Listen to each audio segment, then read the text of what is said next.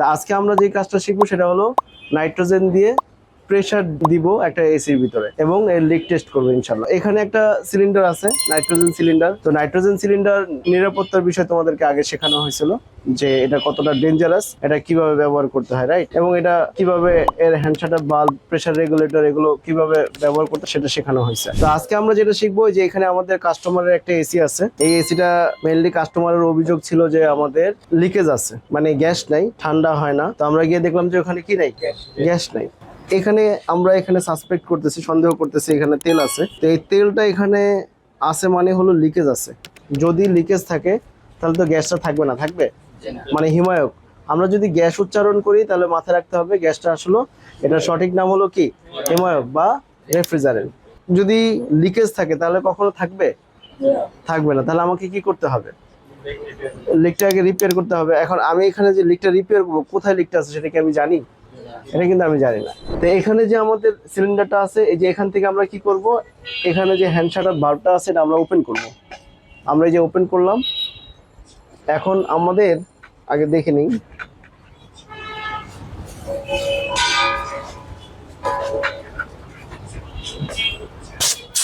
আচ্ছা সিলিন্ডারের ভিতরে আমরা প্রেসার যে রেগুলেটরটা এটা আমরা পরে ছাড়বো। আমরা কি করলাম, এটা হলো তোমার একটা স্প্লিট টাইপ এসির ইভাপোরেটর বা কুলিং চেম্বার সবাই বলে, তাই না? তো এই ইভাপোরেটরে আমাদের লিকেজ আছে সেটা আমরা তো জানি। এখন বিষয় হলো লিকেজটা কোথায় আছে সেটা কি আমরা জানি? আমরা জানি না। তাহলে লিকেজটা ফাইন্ড আউট করার জন্য আমাকে কি করতে হবে, প্রথমে আমাদের একটা যন্ত্র, এটা কি তোমরা শিখছো সবাই, এটার নাম কি?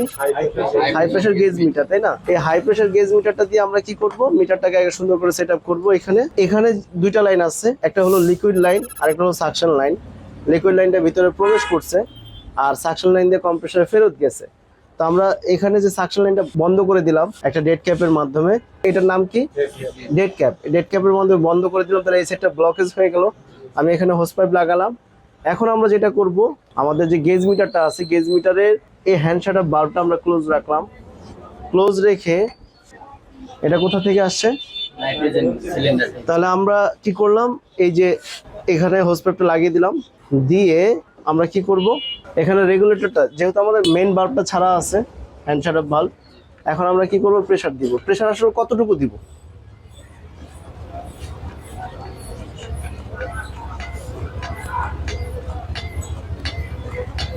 আমরা এই মিটারে আমাদের 200 PSI পর্যন্ত এখান থেকে সাপ্লাই দিতে পারবো। তা আমরা এটার ভিতরে কতটুকু দিব সেটা হলো আমাদের বিষয়। এখানে হলো একটা বিষয় হলো, যেখানে তুমি প্রেসার দিবা সেই টিউবটা সম্পর্কে তোমার আগে জ্ঞান থাকতে হবে, যেটা কি কোন ধাতুর ন্যায় এটা তৈরি করা, এটা কি অ্যালুমিনিয়াম না কপার না আয়রন। হিউম্যান সিস্টেমের এক কথাই ইভাপোরেটর বা কন্ডেন্সার, যেখানেই তুমি চাপ দাও না কেন, চাপটা তোমাকে বুঝে দিতে হবে। তো প্রেসারটা আমরা এখন ছাড়বো। এই যে লিকটা পাওয়া গেছে, দেখো দেখো দেখো, এই যে প্রেসার দেওয়ার সাথে সাথে কিন্তু আমরা এখন দেখো এই যে এই জায়গাটা দেখা যায়, এই যে দেখো, কথা কি আমি বুঝতে পারছি? এর মানে এখানটা লিকেজ আছে, যার কারণে তোমার হিমায়ক যা ছিল সব বের হয়ে গেছে। এখন আমরা কি করব, এখন আমরা সর্বপ্রথম হলো আমরা নাইট্রোজেনটা আগে বন্ধ করি। নাইট্রোজেনটা আমরা বন্ধ করে দিলাম। এখন সবচেয়ে গুরুত্বপূর্ণ বিষয় যে তুমি নাইট্রোজেন কেন দিবা। আমরা তো সাধারণত ওয়ার্কশপে আমরা কম্প্রেসার দিয়ে প্রেসার দিয়ে লিক টেস্ট করি, তাই না? মানে বাতাস ঢোকাই। এখন বাতাস যদি সিস্টেমের ভিতরে ঢোকে তাহলে উপকার না ক্ষতি? কেন ক্ষতি? কারণ বাতাসের সাথে কি আছে, আর্দ্রতা। এই আর্দ্রতা হিউম্যান সিস্টেমের জন্য, রেফ্রিজারেশন সিস্টেমের জন্য ক্যান্সারের মতো। এর মানে যত আর্দ্রতা থাকবে সিস্টেমের কুলিং ইফিসিয়েন্সি বা ঠান্ডার যে দক্ষতা বা ক্ষমতা সেটা তত কম, এবং চোকিং পর্যন্ত হতে পারে। যদিও এসির ভিতরে চোকিং ট্রাবলটা কম থাকে, রেফ্রিজারেটরের ভিতরে চোকিং ট্রাবলটা বেশি থাকে। আর এসিতে যদি চোকিং একবার হয় তাহলে কিন্তু তোমাকে কিন্তু পাগল বানায় ফেলবে। তোমার 15,000, 20,000, 30,000, 50,000 টাকা নিয়ে টান দিবে। এই জন্য তোমাকে কি করতে হবে, নাইট্রোজেন ব্যবহার করতে হবে। কি ব্যবহার করতে হবে?